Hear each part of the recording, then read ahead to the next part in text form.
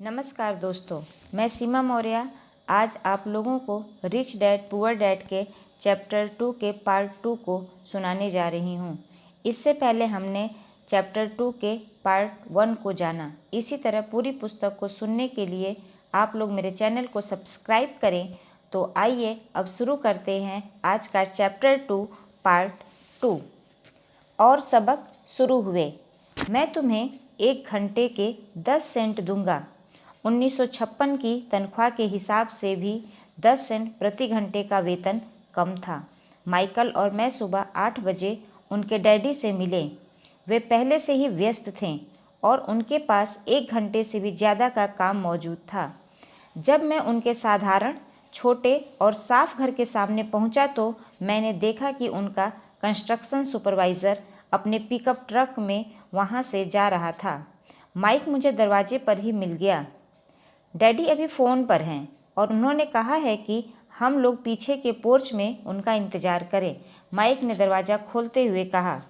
जब मैंने उस पुराने घर की दहलीज के अंदर कदम रखा तो लकड़ी के पुराने फर्श की चरमराहट सुनाई दी। दरवाजे के भीतर सस्ती सी चटाई थी। चटाई वहाँ इसलिए रखी गई थी ताकि फर्श पर पड़े अनगिनत कदमों के निशानों को छुपाया जा सके। हालांकि वह साफ थी, पर यह स्पष्ट दिखता था कि उसे बदल देना चाहिए। जब मैं संकरे लिविंग रूम में घुसा तो मेरा दम घुटने लगा था। वहाँ पुराने फर्नीचर की बू आ रही थी और निश्चित रूप से उस फर्नीचर को संग्रहालय में होना चाहिए था। सोफे पर 2 महिलाएं बैठी थीं, जिनकी उम्र मेरी माँ से थोड़ी ज़्यादा होगी। महिलाओं के सामने एक पुरुष मजदूरों के कपड़े में बैठा हुआ था। उसने खाकी पैंट और खाकी शर्ट पहन रखा था। हालांकि कपड़े साफ और प्रेस किए थे, परंतु उसमें स्टार्च नहीं किया गया था। उस आदमी की उम्र मेरे डैडी से लगभग 10 साल ज़्यादा होगी, शायद 45 साल। जब मैं और माइक उनके पास से गुजरते हुए किचन की तरफ गए, जहाँ से पोर्च का रास्ता था, तो वे मुस्कुराए। मैं भी जवाब में शर्मा कर मुस्कुरा दिया। ये कौन है? मैंने पूछा।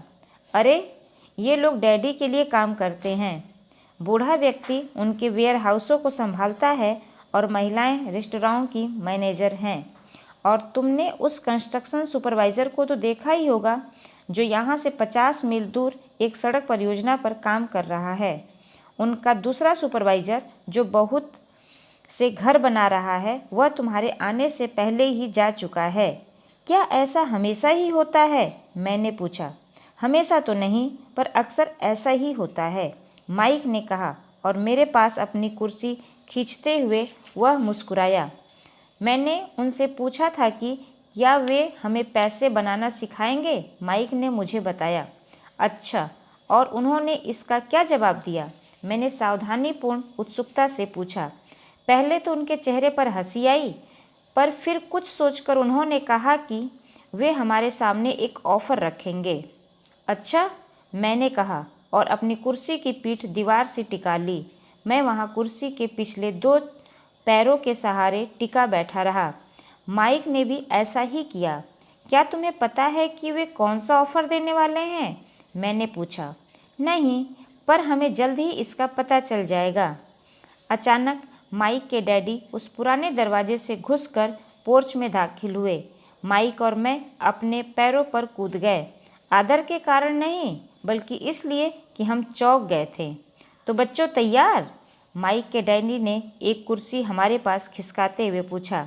हमने अपने सिर हिलाए और अपनी कुर्सियों को दीवार के पास ले से खींचकर उनके सामने रख लिया। वे एक विशाल शरीर के मालिक थे, लगभग 6 फीट ऊंचे और 200 पाउंड वजनी। मेरे डैडी इससे ऊंचे थे, लगभग इसी वजन के, और माइक के डैडी से 5 साल बड़े। वे लगभग एक जैसे ही थे, हालांकि दोनों एक ही प्रजाति के नहीं थे। हो सकता है कि उनकी ऊर्जा एक सी हो। माइक का कहना है कि तुम पैसा कमाना सीखना चाहते हो। क्या यह सही है, रॉबर्ट? मैंने तत्काल सहमति में अपना सिर हिलाया, हालांकि मुझे थोड़ा सा डर भी लग रहा था। उनके शब्दों और मुस्कुराहट के पीछे बहुत ताकत थी। अच्छा, यह रहा मेरा ऑफ़र। मैं तुम्हें सिखाऊंगा, लेकिन मैं ऐसा क्लासरूम की शैली में नहीं करूंगा। अगर तुम मेरे लिए काम करोगे तो उसके बदले में मैं तुम्हें सिखाऊंगा। तुम मेरे लिए काम नहीं करोगे तो मैं तुम्हें नहीं सिखाऊंगा। अगर तुम काम करते हो तो मैं तुम्हें ज़्यादा तेज़ी से सिखा सकता हूँ।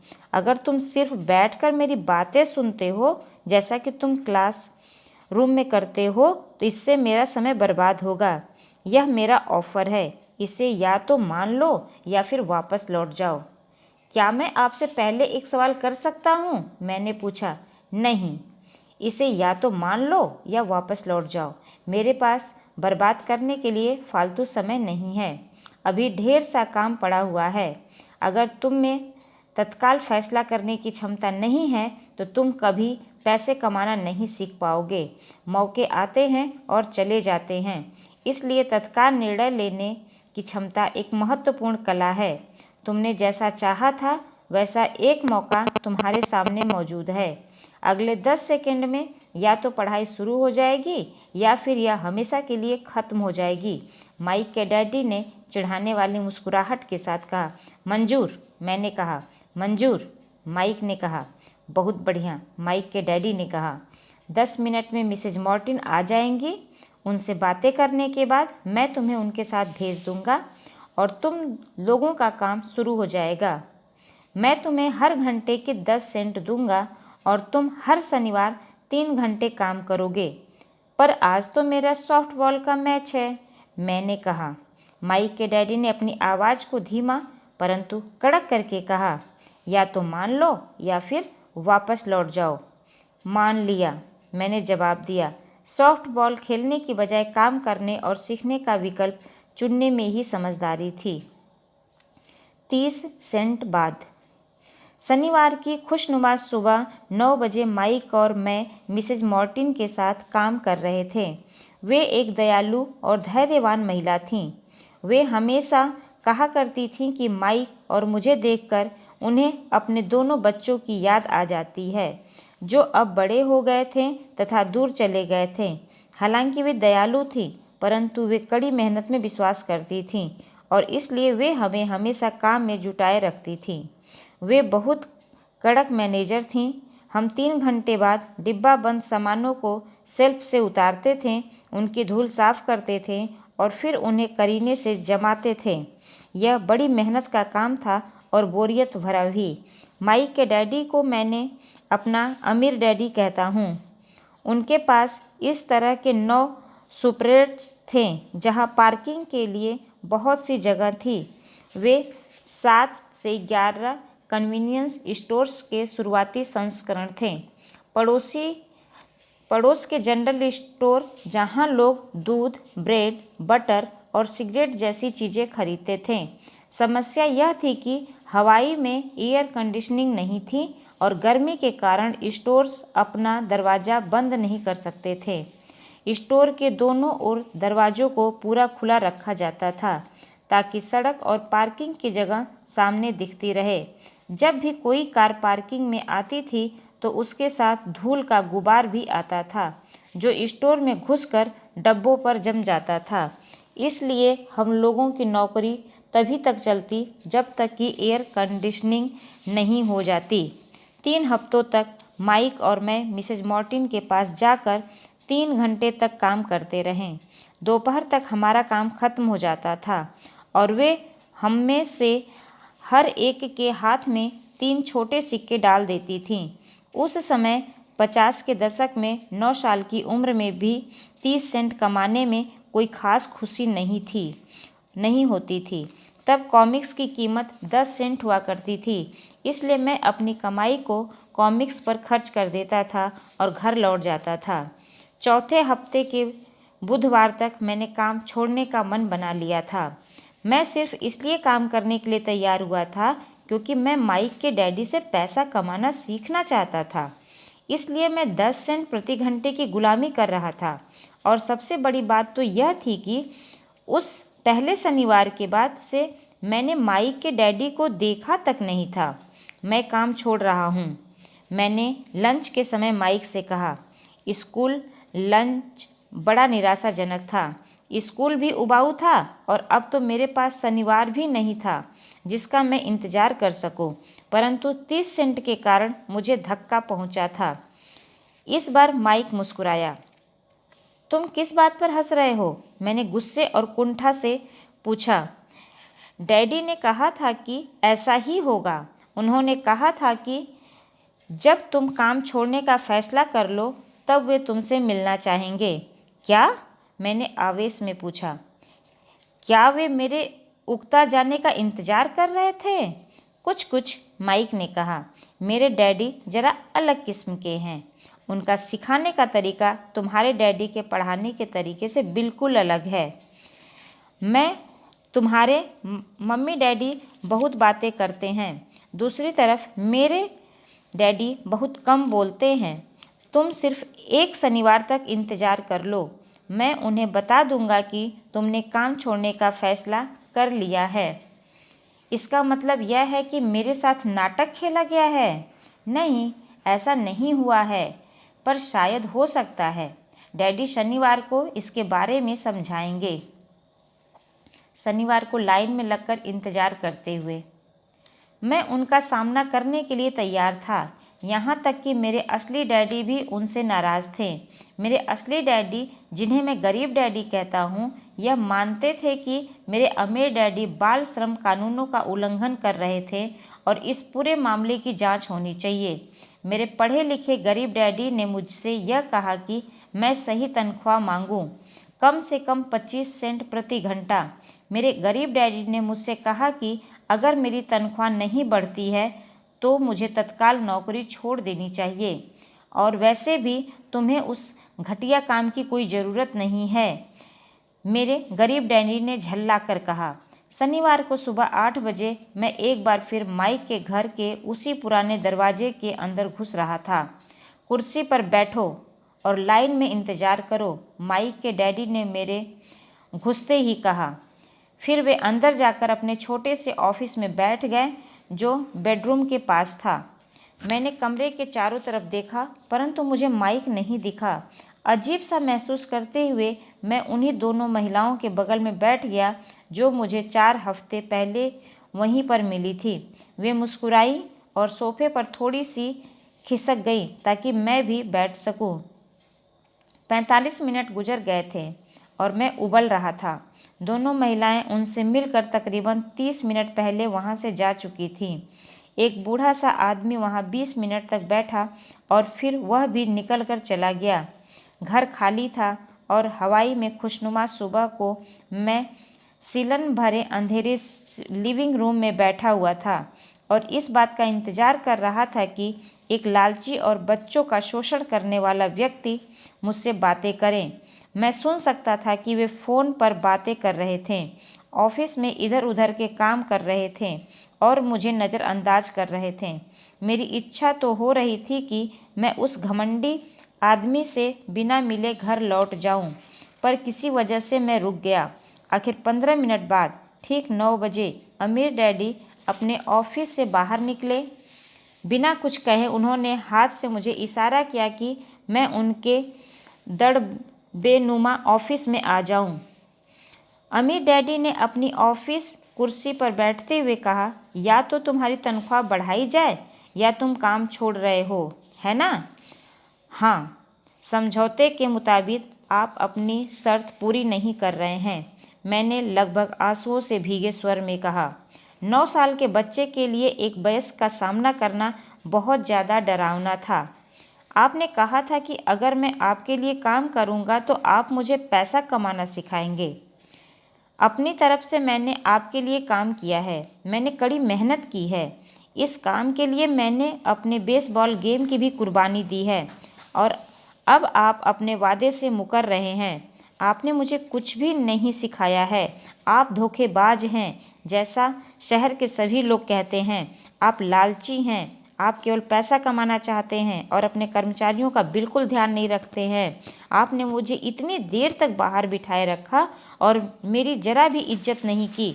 मैं एक छोटा सा बच्चा हूँ और आपको मेरे साथ इससे बेहतर बर्ताव करना चाहिए था।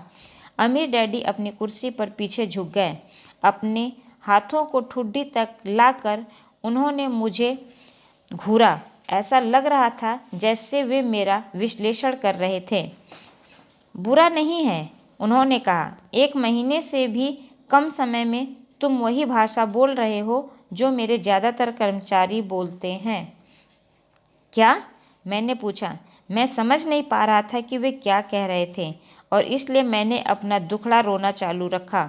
मुझे लगता था कि आप अपने वादे पर कायम रहेंगे और मुझे कुछ सिखाएंगे। इसके बजाय आप तो मुझ पर अत्याचार करना चाहते हैं। यह तो जुल्म है, सरासर जुल्म। मैं तुम्हें सिखा तो रहा हूँ, अमीर डैडी ने धीमी आवाज़ में कहा।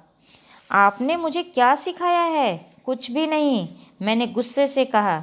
एक बार मैं चंद सिक्कों में काम करने के लिए तैयार हो गया, उसके बाद तो आपने मुझसे बात तक नहीं की। 10 सेंट प्रति घंटे? मैं आपकी शिकायत सरकार से करूँगा। हमारे देश में भी बाल श्रम कानून है। आप तो जानते ही हैं कि मेरे डैडी सरकार के लिए काम करते हैं। शाबाश, अमीर डैडी ने कहा। अब तुम उन ज़्यादातर लोगों की भाषा बोल रहे हो जो कभी मेरे लिए काम करते थे। वे लोग जिन्हें या तो मैंने नौकरी से निकाल दिया है या जिन्होंने खुद मेरी नौकरी छोड़ दी है। तो इस बारे में आपको क्या कहना है? मैंने पूछा। और मुझे यह लग रहा है कि कम उम्र के बावजूद मैं बहादुरी से बातें कर रहा था। आपने मुझसे झूठ बोला। मैंने आपके लिए काम किया और आपने अपना वादा पूरा नहीं किया। आपने मुझे कुछ भी नहीं सिखाया। कौन कहता है कि मैंने तुम्हें कुछ भी नहीं सिखाया? मेरे अमीर डैडी ने शांति से कहा। मैंने 3 हफ्ते तक काम किया और इस बीच आपने सिखाना तो दूर रहा, मुझसे कभी बात तक नहीं की, मैंने व्यंग भरे अंदाज में कहा। क्या सिखाने का मतलब केवल भाषण या बातचीत से ही होता है? अमीर डैडी ने पूछा। और क्या, मैंने जवाब दिया। इस तरह से वे तुम्हें स्कूल में सिखाते हैं, उन्होंने मुस्कुराकर कहा। परंतु ज़िंदगी तुम्हें इस तरह नहीं सिखाती और मेरा यह मानना है कि ज़िंदगी सबसे बढ़िया टीचर होती है। ज़्यादातर वक्त ज़िंदगी आपसे बातें नहीं करती, यह एक तरह से आपको धक्का देती है। हर धक्के के जरिए ज़िंदगी आपसे कहती है, जाग जाओ, मैं तुम्हें कुछ सिखाना चाहती हूँ। यह आदमी कैसी बेसिर पैर की बातें कर रहा है? मैंने अपने आप से पूछा। ज़िंदगी अगर मुझे धक्का देती है तो इसका मतलब यह है कि ज़िंदगी मुझसे बातें करती है। अब मैं जान चुका था कि मुझे यह काम तत्काल छोड़ देना चाहिए। मैं किसी ऐसे आदमी से बातें कर रहा था जो पागल था और जिसे ताले में बंद रखने की ज़रूरत थी। अगर तुम ज़िंदगी के सबक सीखते हो तो इससे तुम्हें बहुत फ़ायदा होगा। अगर तुम ऐसा नहीं करते हो तो ज़िंदगी तुम्हें लगातार धक्के देती रहेगी। लोग 2 चीज़ें करते हैं। कुछ लोग ज़िंदगी के धक्के को सहन करते चले जाते हैं, बाकी लोग गुस्सा हो जाते हैं और ज़िंदगी को धक्का दे देते हैं। परंतु वे धक्का देते हैं अपने बॉस को, अपने काम को, अपनी पत्नी या पति को। वे यह नहीं जानते हैं कि ज़िंदगी उन्हें धक्का दे रही है। मैं नहीं जानता था कि वे किस बारे में बात कर रहे थे। ज़िंदगी हम सबको धक्का मारती है। कुछ लोग हार मान लेते हैं, बाकी के लोग लड़ते हैं। कुछ लोग सबक सीख लेते हैं और आगे बढ़ जाते हैं। वे ज़िंदगी के धक्कों का स्वागत करते हैं। इन गिने चुने लोगों के लिए इसका यह मतलब होता है कि उन्हें कुछ नया सीखना चाहिए। वे सीखते हैं और आगे बढ़ जाते हैं। ज़्यादातर लोग छोड़ देते हैं और कुछ लोग तुम्हारी तरह लड़ते भी हैं। आज के वीडियो में बस यहीं तक जानेंगे। इस चैप्टर का पार्ट 3 अगले वीडियो में होगा। वीडियो को यहाँ तक सुनने के लिए आप लोगों का बहुत बहुत धन्यवाद।